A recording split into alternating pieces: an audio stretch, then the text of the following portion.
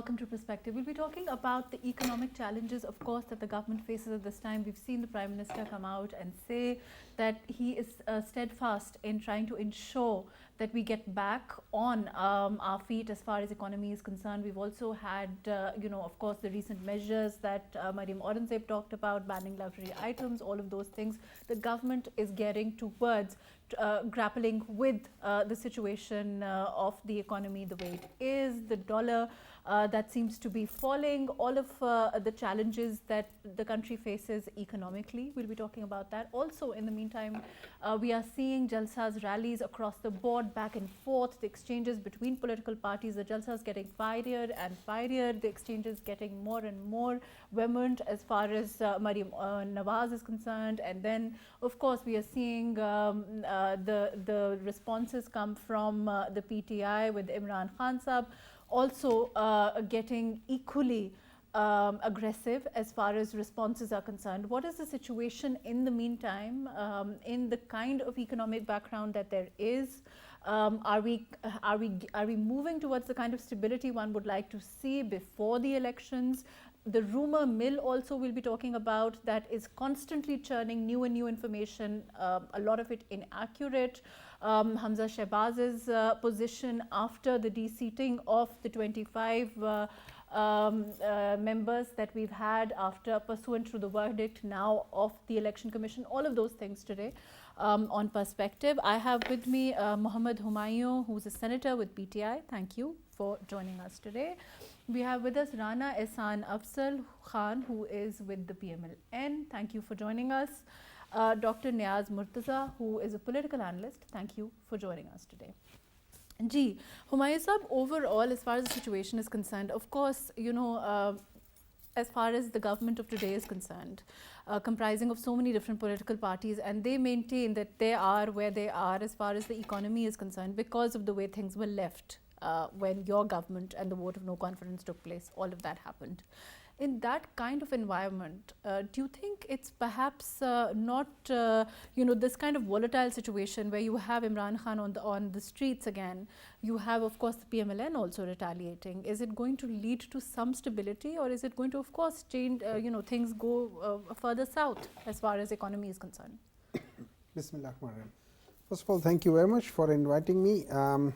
You see, when we talk about the political situation now, obviously, if there is any government which is there without having any roots to them, okay, they have been like, sponsored by some other country, either some conspiracy or something else, whatever it is, and they have come over there. So, of course, there will be a lot of instability when it comes to at least the finances aspect of the country.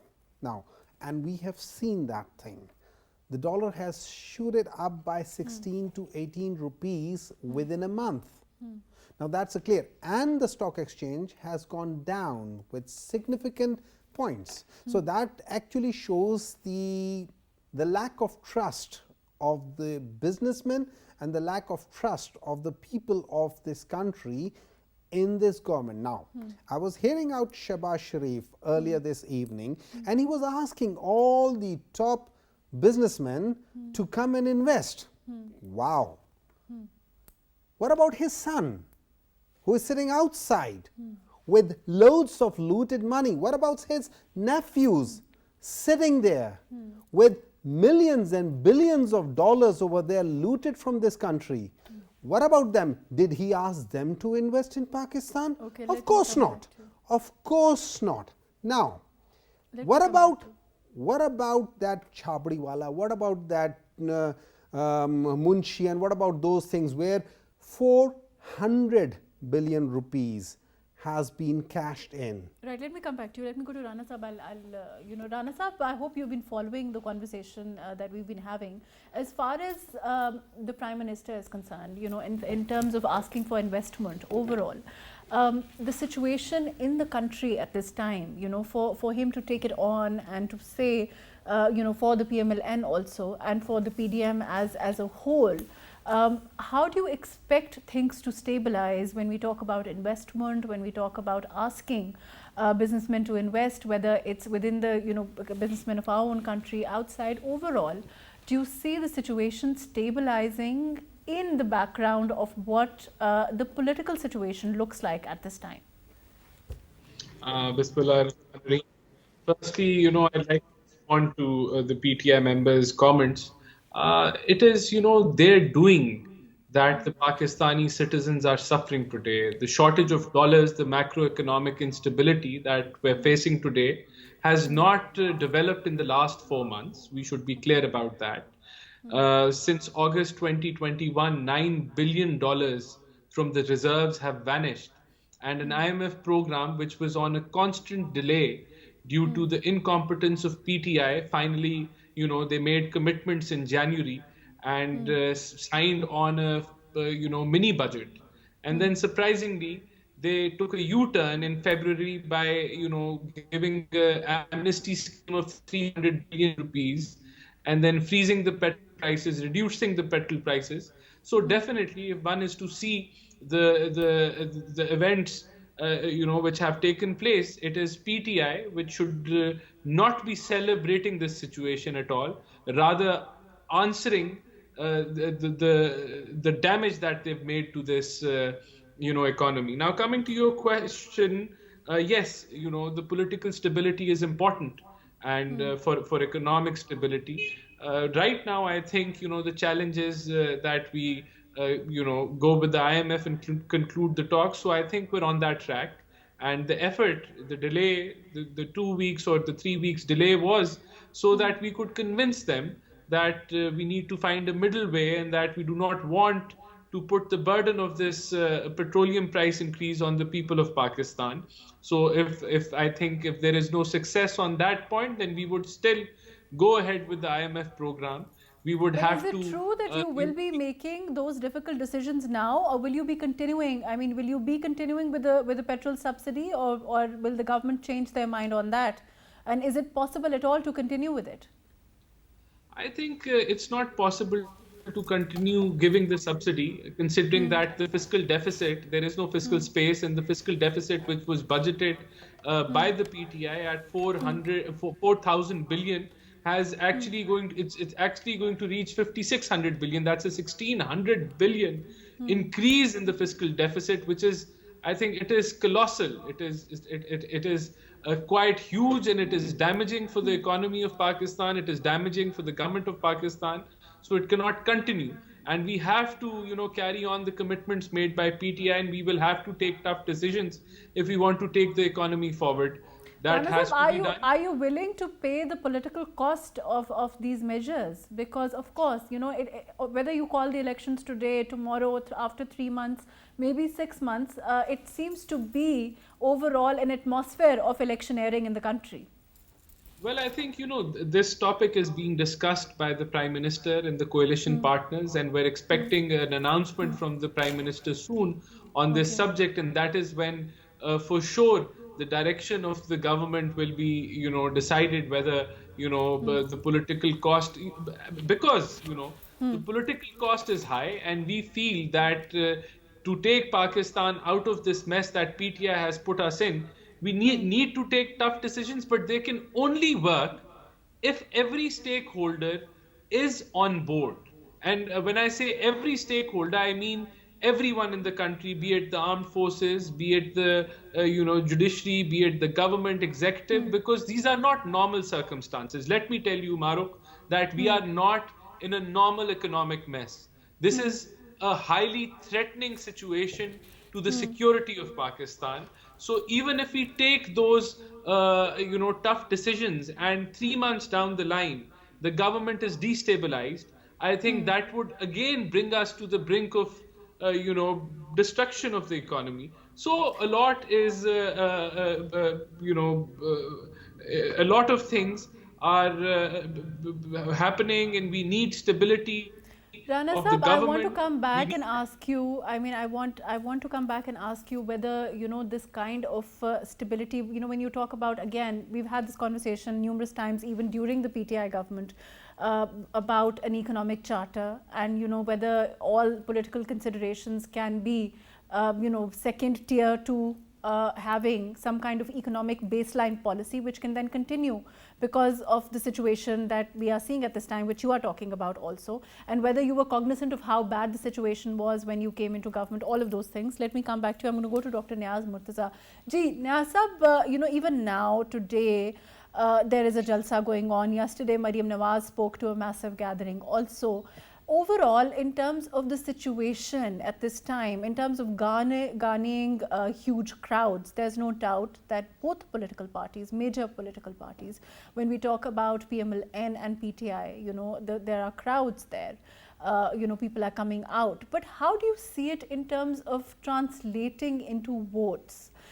Now, even 3 months down the road, at this moment, as in terms of momentum, all of those things, how do you see that?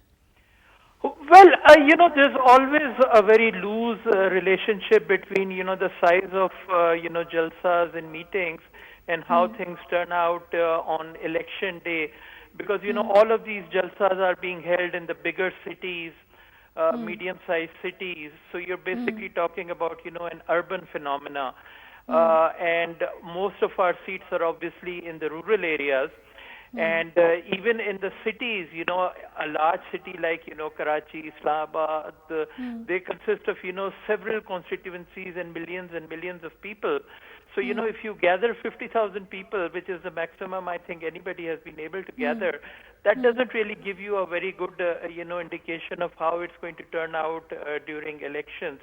So I wouldn't go by, the size of the jalsas and try to, make any predictions. I think things like, how the local body elections went and how the by-elections have gone, those might give a better indication. And then, there's also the issue and how of, these 25 seats, of course, we're also expecting by-elections on those. PTI. How they will go will also indicate overall what the situation is and what the public sentiment is likely to be.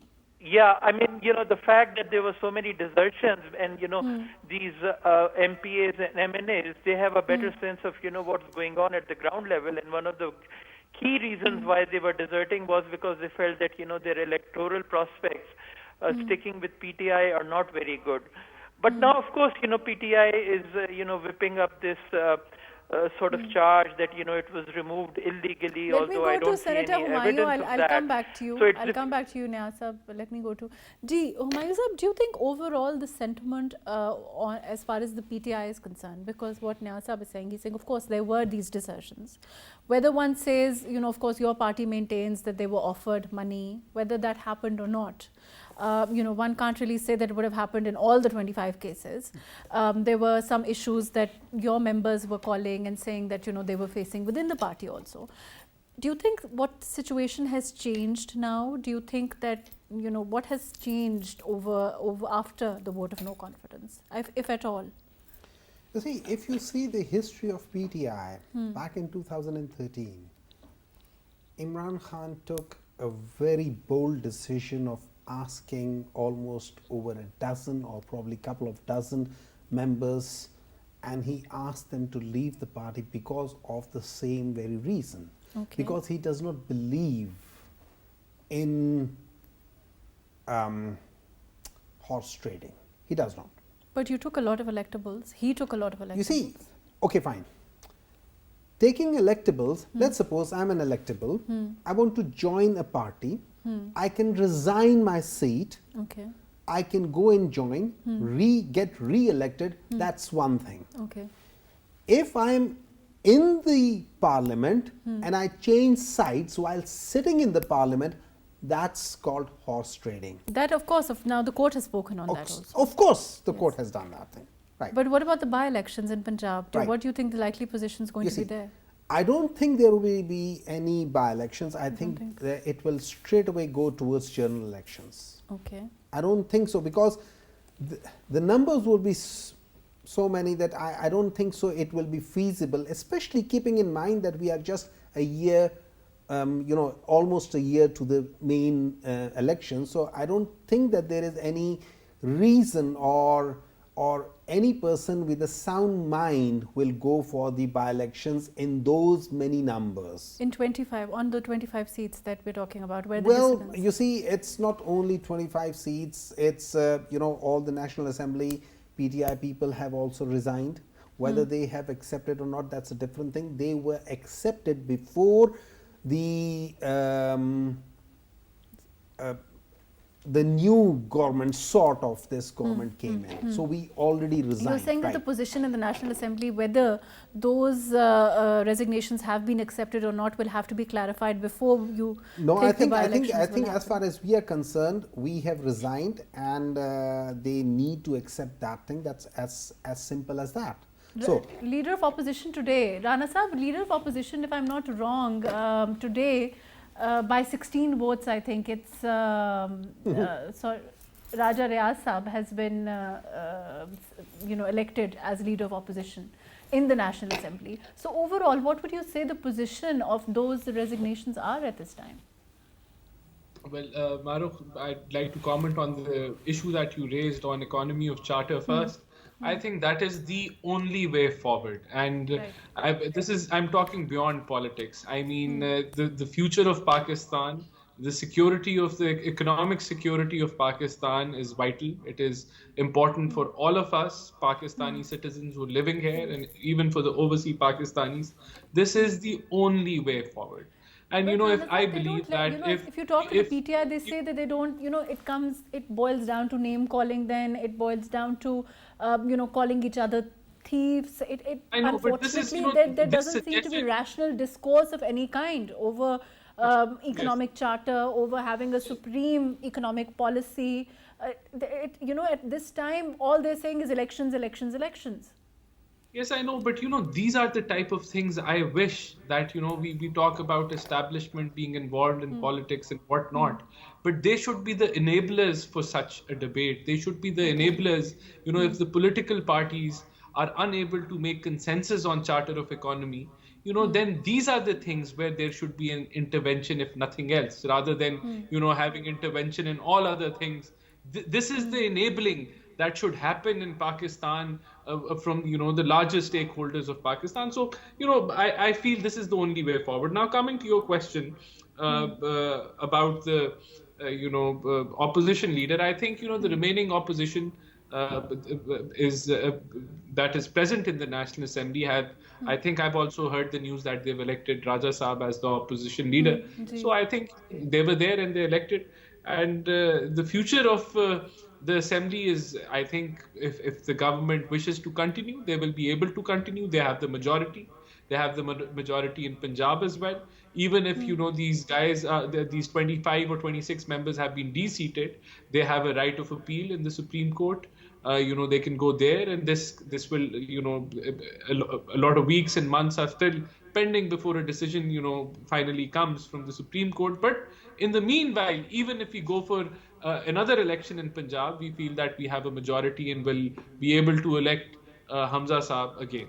Do you So I think think that overall, as far as the situation, as far as the numbers go at this time, because as far as the caretaker governor is concerned, you have also Parvez Elahi Saab playing a role there. You also have him making a lot of these statements where he's today said that if Imran Khan says I will dissolve the assembly, all of those things are coming out from the Punjab Assembly also, with a person like Mr. Parvez Elahi, who is of course an ally of PTI sitting there.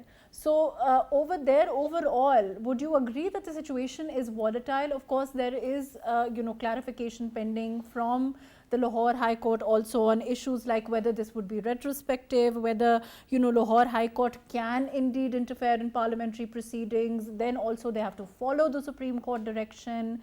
The Supreme Court, of course, has shown them a path. So all of those things overall, would you agree that the situation is in flux? And what will happen is not really clear at this time? Well, yes, if the PTI wants to put it that way, there are, it can be said in those words, but I believe that, in parliamentary democracy, whoever has the majority has the right to rule, and we feel Of that we course, have the yes. majority, and if required to show again, we will be able to show that again. But Okay. this all uncertainty is created by PTI, and their frustration or desperation is, as the end of May is nearing, they want to build a narrative where nothing is existing, everything is about to fall, the Punjab government or be it the federal government.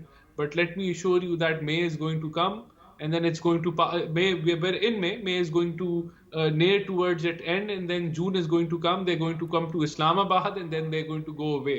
The But only Rana Sahib, way you also have a possible budget that you election. will have to give out. Let me come back to you. Ji, Niaz Sahib, overall, the same question to you in terms of what's happening in the Punjab scenario. Of course, what happens in Punjab is, of course, very relevant to what has always happened in the National Assembly also.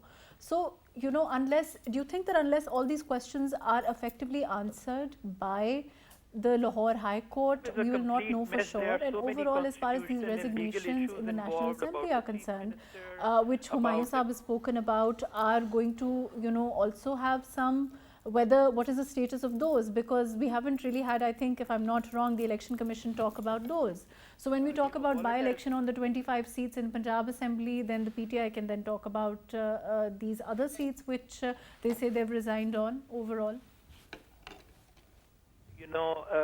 Retain a majority in a runoff election where an absolute majority is not required. But then there is the fact that, next month they'll have to pass a budget. And I think for that, you do require a 50% majority to pass a budget. So how are they going to do that? So it's a very dicey situation. Doing a vote of no confidence with the help of dissidents and then getting assembly dissolved is one thing. That's still possible. But to try to retain a majority on the basis of dissidents is politically, morally, and practically very, very difficult. So it's very difficult to see how the Punjab situation can be made proper, how the assembly and how the government can function. And obviously, if Punjab falls, that will have a huge impact at the center as well. So, the situation right now is that dissidents. Those votes have been disqualified. They're not going to be counted as the situation stands today. So, as far as the PMLN is concerned, and I think Rana Saab can correct me if I'm wrong, what the PMLN is saying is that they will have Hamza Shehbaz continue as CM. In the meantime, until by-elections can be held on those 25 seats. And we don't know which ticket those 25 members, because they've already dissidents from the PTI, they may opt for the PMLN. And what happens in those by-elections will then determine who has the majority. Yes, I think they will not go back to PTI, of course. They will, want a PMLN ticket. And with PMLN's own support in Punjab, and then, a lot of them are electables. So it's quite possible that, they might be able to come back with a majority for PMLN. But I think all that is going to take a while. And you have to pass a budget in June. So, the timing is critical. And then, there's the fact that, we don't know what's going to happen with the governor. The governor, ex-governor has gone to the courts. And, he's saying that, I should serve at the pleasure of the president. So that's another constitutional non-clarity. What, the pleasure of the president means. Does it mean that the president has discretion in it? Or not, that's still unclear. That's going to be decided by courts. And, you can make a guess, but then courts are giving fairly odd decisions these days, like the one. Right, let me come. Ji, Humayun Sahib. Okay, let me just comment on this thing. First of all, there are not 25 seats because 5 of them are on reserve seats, and those would be replaced by another 5 of them. So we are left with 20. We are left with 20, right? And of those 20, you need to remember one more thing. If for whatever reason the 2 PMLQ members in the National Assembly they go back to PMLQ, they are gone.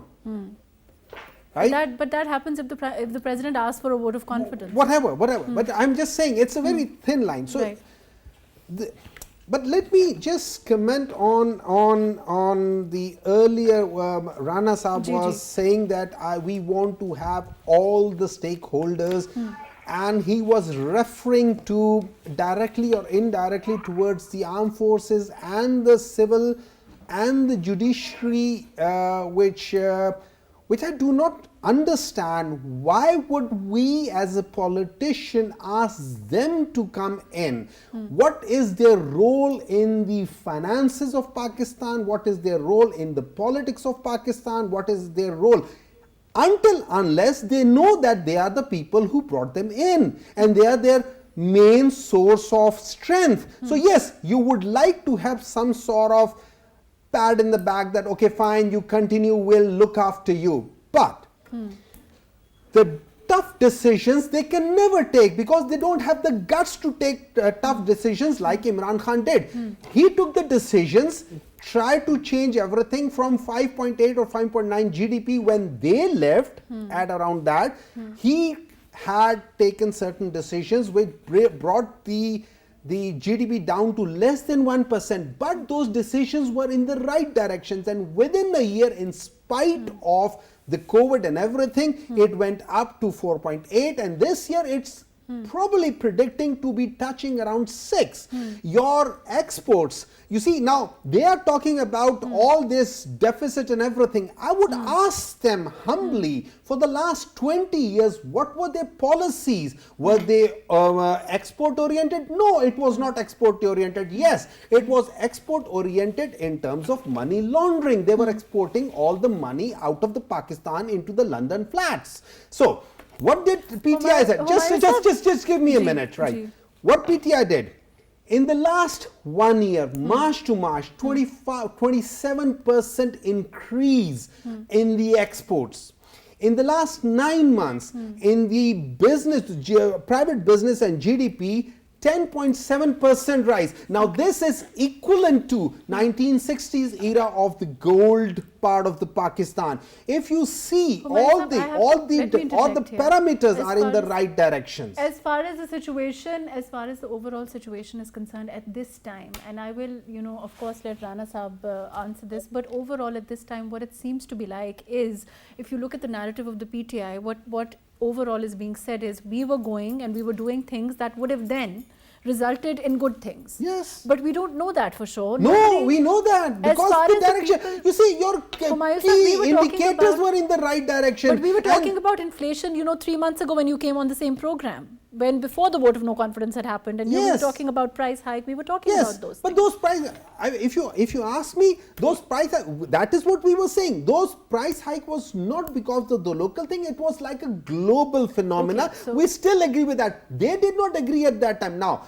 one of the other reasons, just last comment, one of the other reasons why they had to rush into this without being ready for the government, because they knew if they leave it for another 5-6 months, they would see that how much improvement PTI has done in just 4 years. As far as Rana Saab, as far as global is concerned, we can play global and we can talk about what the global situation was and how that resulted into whatever's happened in Pakistan. But as far as Sri Lanka is concerned, we are seeing that they've defaulted. So for a normal person, it doesn't matter so much at this time, unfortunately, what the global scenario looks like. It matters more about, of course, the price hike, inflation. It matters more about the way that the dollar is soaring. It matters more about the situation, economic situation that you are saying that your government landed in.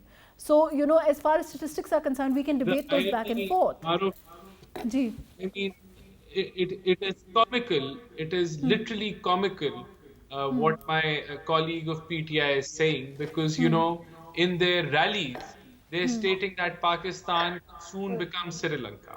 And yet, just 4 weeks or 5 weeks we have been in government. Tell us what we have done to make this happen. The shortage of dollars was there. It was building up. The U-turns on the IMF deal was done by them. The record fiscal deficit was done by them. And they're saying that now you are saying Imran Khan Saab is roaring and he's saying that we might become the next Sri Lanka.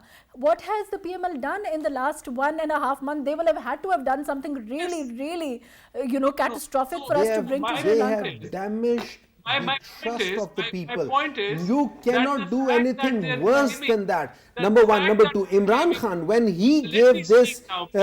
The fact sort that of they're relief to claiming, the poor people on petrol, it's he my did turn mention to that, speak, look, we please. have I'm not done speaking, you're more done. than what we were supposed to do Let in me our Can revenue I speak? generation, and we have let touched me over let Rana 6 Sahab complete. trillion rupees. We Ji have Rana done Sahab. over 6 trillion rupees This this is year. We again, Let me were come back. supposed when to you do talk about, can I 5.5 please, trillion. Ji Rana Sahab, we couldn't can hear I you. Please speak now? continue. Ji, What I'm saying is ji. that you cannot say that we have increased exports by 25%, 27. whereas you've increased the imports by 50%. So that means that you've increased the deficit. That is not making things better. You say that you have, collected the highest tax collection ever, but then you have made the highest fiscal deficit, which is worse. So you need to, when you're talking about economic indicators, you can't talk about export alone. You have to talk about the net effect. The current account deficit is going to reach almost 18, 19 billion US dollars this time. So obviously, you can cherry pick and you can state, but the fact that you yourself are saying that we can become Sri Lanka speaks of your performance of the last 4 years and not ours. And the Maruk, your question that what have we done? We are in talks with the IMF. We're going to conclude them soon. And let me tell you, once they're done, this is all going to reverse.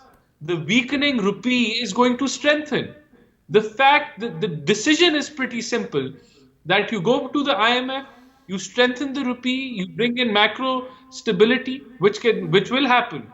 And on the other side, there's going to be inflation. There's going to be rise in your energy cost, petroleum cost, and a rise in overall CPI inflation for a period of 6 to 8 months. We have to, make sure that there is no political uncertainty, that the government is allowed to, perform, and we will control this. You will control this, Rana Sahab. Let me come back to you. I'm going to go to Dr. Niaz.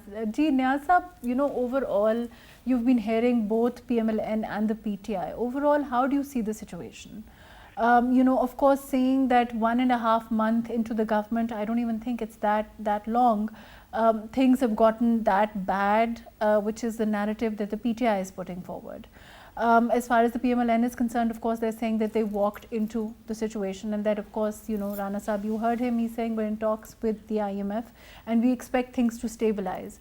But the kind of time that they will be needing, of course, is also something to consider. The political cost of it is also something to consider. Overall, how do you see the scenario? Well, if you look at the time that the last three governments took to strike a deal with IMF, it was 11 months for PTI, it was 8 months for People's Party, and it was 3 months for PMLN in 2013. So going by that metric, it's still not bad. If they are able to get something signed by early next month, it will still be within record time. But the thing is that the situation is deteriorating so rapidly. The rupee is falling, the exchange reserves are falling. So that makes it very, very urgent to, come up to, some sort of a resolution very, very quickly. Otherwise, then we will move on towards, what you were talking about, the Sri Lankan situation. And I think the crucial decision is about, these fuel subsidies. Either the government has to, convince IMF to, show some leniency on that. And if it's not going to do that, then, they have to, take the plunge. But obviously for that, they would need some sort of assurance then that, that they will, their government will last for, at least 1 year so that they can, stabilize the situation, have some results, and then go to the, electorate. It would be very, unrealistic to expect that they will take the hard decisions and then, hold elections within the next 3 or 4 months. So that is really, the crucial thing, and I think a lot of other stakeholders are also involved in that. And from what you hear in the news, the establishment is pushing for a quick election. I don't know whether that's true or not, but there has to be a clear decision by everybody involved. Maybe a meeting of the National Security Council may clear that. We have to decide one way or the other. If we are going to go into elections, then don't expect PMLN to take these decisions. And I think that will leave the country in limbo because there'll be a 4-month period where there will be this interim government which doesn't have much powers and so on, with limited powers. The IMF may not take it very seriously. It may not be willing to, strike a deal. So what we really need is, a regular government which can be in power for about, 18 months, so that it can, implement the policies and then go to the electorate. But of course, for that you need political stability, and for that political stability, of course, PDM needs, the cooperation from both PTI as well as, non-civilian stakeholders. Otherwise, it's going to be a very, very dicey situation. Right. Thank you so much for being with us, Nyasab. Ji, Rana Sab, do you have, is there some clarity? Because we saw Mariam Aurangzeb talk about the fact that she was very clear. She said that it doesn't matter who comes out on the streets, it doesn't matter the kind of agitation we may face at the hands of Imran Khan, the PTI. We are not holding the elections. We will decide when the time is right, and we are going to take these measures and we are going to then move forward in trying to stabilize the economy. Is that the decision of the PMLN at this time, that no early elections will ensue? The government is not in threat from PTI's rallies or this movement, whatever they're doing, as it's based on lies and nothing, they haven't found in those. So that is not the fare of the government.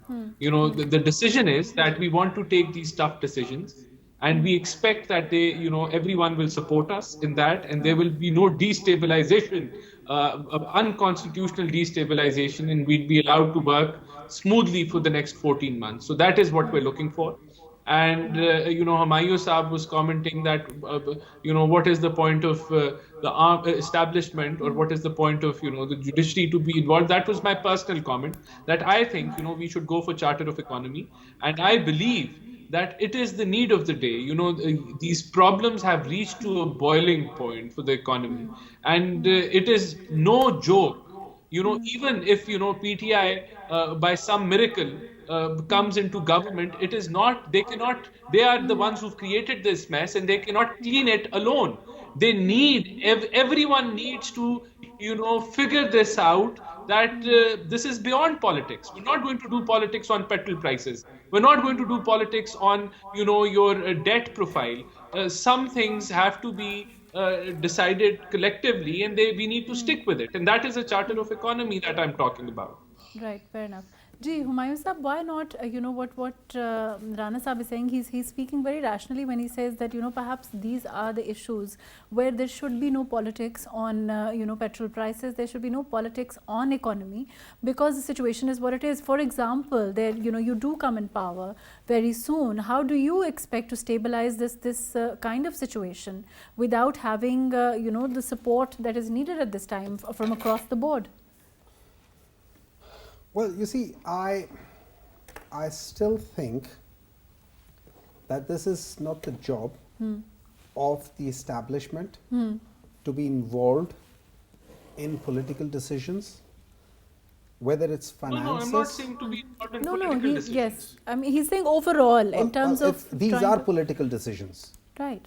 These are political decisions. But you are not willing to sit with each other as political parties. We don't want to sit with them. You see, the thing is that we basically are, what is the basis of democracy? The basis, the strength of democracy is the people of the country. Right. Right.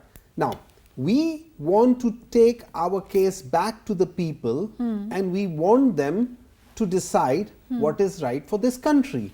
Let them, the actual stakeholders, decide who is the best. But now, they're not going to decide the economic policy. Well, in a way, yes, and in a way, no. Fine. Just allow me, please. Just allow me, Ransa, please. Now, you see, whatever is happening today, whether it was in the last 1 month or whether it was the last 2 years or 3 years, these are all the symptoms of the disease which was set in back in 1980s. Okay. And the disease was, when you start your policies based on imports rather than exports, based on oils rather than alternative energy. Now, over the period of time when you are, whether the company is we are taking or buying any electricity from them or not, we have to pay them the money. Now, those are the kind of decisions that is having an impact today on us. When this circular debt, in spite of paying them off $400 billion as soon as they came in 2013, still within a 1 year it was back to $500 billion, right? Now, these kind of diseases that they actually installed in this country has brought the country to this brink. So and why are they, so we have to correct, and he's very right about saying that we all have to sit together. Right. Yes, we all have to sit together. Let's sit together. Let's go to the elections. Let's have a fresh mandate, and whoever comes with a free, fair, transparent elections, let's put our weight behind that government. Why is the PTI so afraid of waiting, for example, for a year? Are you afraid that the momentum will dwindle? What is the problem? Well, let me put it like this, right? The way it has been done, right? They were not in majority. The way it has been done, the way they have, one way, either in kind or in money, they have bribed. Now, these people, some of them have actually said that thing, that they were paid for it. Of course, they would not accept that thing, that they have been paid for it. But yes, they have been paid for it, and some of them have actually shared that thing. But their vote has not even been counted in the center. You see, the thing is, you see, it's not counting. It's how you what you call it, you show the things and then everybody starts moving that way. Anyway, is there, I just want to, fair enough as far as your point on overall elections is concerned, but has there been introspection in your party at all in terms of your satisfying people within the party as far as dissidents are concerned, as far as your allies are concerned, because that also has been a consistent issue with PTI. You see, I totally agree with you. There are always such thing within the party, especially if it's in allies. You are, you're not the what you call it, in the majority by yourself, then of course there are always problems. But these problems. So are you satisfied that you will come in majority at this time if there is an election? Oh yes, of course. We are very confident. Okay. That's why we are going to the public. You see, we did not go on the street and kept on asking, "Mujhe kyun nikala?" We knew what happened. So we are going back to the people and asking them, okay, fine. Either you want the same kind of people who brought you to this condition of the last 3 decades, or let's give us a 2/3 majority so that we can actually do things in the right thing. Is PTI cognizant of the fact that these crowds may not necessarily let me tell you one thing. In the last 4 years, just in the last 4 years, 160 million, 16 million new voters has been registered. Of these 16 million, mind you, PTI took about 15 or 16 million votes as the maximum numbers, and PMLN had 13 million. Now these 16 million new voters, most of them, the youngsters, but we most saw of them. The last 99% of by-elections favor the PMLN. Rana Sahab, overall, as far as the situation is concerned, as far as elections are concerned, what does the PMLN feel? And of course, you've heard what Humayun Sahab has to say as far as the confidence of PTI is concerned in going for elections. As far as the PMLN as the second party in the last elections was concerned, the narrative was that the vote was not respected. What is the situation today, in your opinion? I feel that, we cannot go for elections on the will of PTI and their wishes. We cannot hold elections on their wishes. The government, if it feels cannot deliver to the people of Pakistan, will go for elections. But we're giving it a try. We're giving to, we're trying to cover this situation and give relief to the people of Pakistan. And I believe that their rallying and their jalsas are going to fade away within a few short weeks. After their build up to the Islamabad, I think they have nothing else after that. Right. Unfortunately, that's all the time that we have. Thank you so much for being with us, Senator Humayun. Thank you for joining us. Rana Ehsan Afzal Saab, thank you for being with us. Dr. Niaz Murtaza, thank you for joining us today. As far as the overall scenario is concerned, of course, it wouldn't be wrong to say that things are at this time in a flux. We're seeing a lot of agitation. We are seeing back and forth exchanges. The situation, of course, as far as Punjab is concerned, will clarify somewhat after there is a direction from the Lahore High Court. As I understand it, PTI has gone to court on the issue of the provincial assembly elections. But overall, in terms of the economic situation, of course, one hopes that there can be some sort of agreement on there being stability that can then lead to some sort of economic stability for the country. And the situation doesn't continue to slide worse. Thank you so much for joining us today on Perspective.